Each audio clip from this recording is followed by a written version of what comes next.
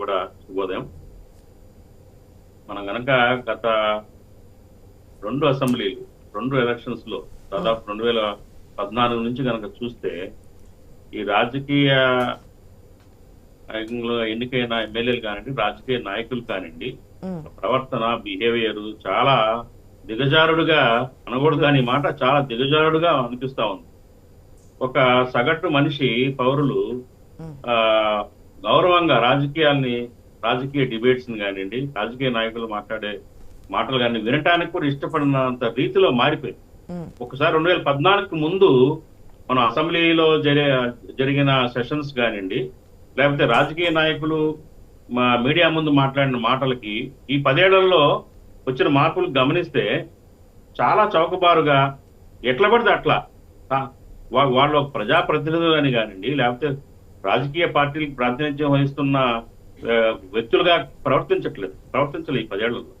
ఆ పార్టీ కాదండి, ఈ పార్టీ కాదండి. అంతకు ముందు మరి తెలుగుదేశం పార్టీ అధికారంలో ఉన్నప్పుడు కూడా అసెంబ్లీలో మనం చూసాం, చాలా బూతులు, అసభ్యకరమైన భాష, బిహేవియర్ చూసాం. కానీ దానికి మించి శృతి మించి మరి వైసీపీ ప్రభుత్వంలో మనం చూసామండి.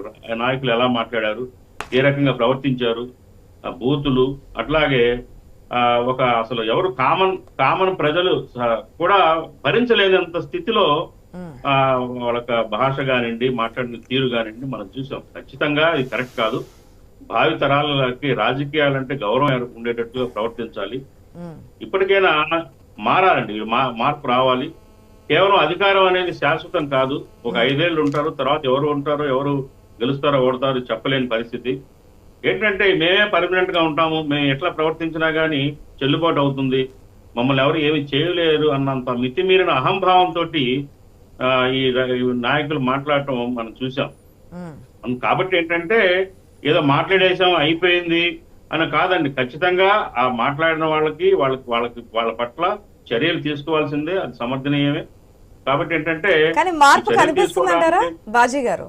ఈ మధ్య కాలంలోనే ఆఫ్టర్ పవన్ కళ్యాణ్ స్టేట్మెంట్ తర్వాత, క్యాబినెట్ లో మాట్లాడిన తర్వాత, ఎప్పుడైతే ఒక్కొక్కరికి నోటీస్ వెళ్ళడం, వారిని ఈ విధంగా సోషల్ మీడియాలో ఉన్న వారి మీద యాక్షన్ తీసుకోవడం మొదలుపెట్టిన తర్వాత ఎంతో కొంత గతంలో మాట్లాడిన వారి భాషలోనే మార్పు వచ్చినటువంటి పరిస్థితి మనం గమనించాం. లేదు, మార్పు కనిపిస్తుందండి. కానీ అది లోపల నుంచి నిజాయితీగా మారాలి. ఇవాళ ఏదో చర్యలు తీసుకుంటున్నారని చెప్పేసి, లేకపోతే మనకేదో శిక్షలు పడతాయని చెప్పేసి మారటం కాదండి.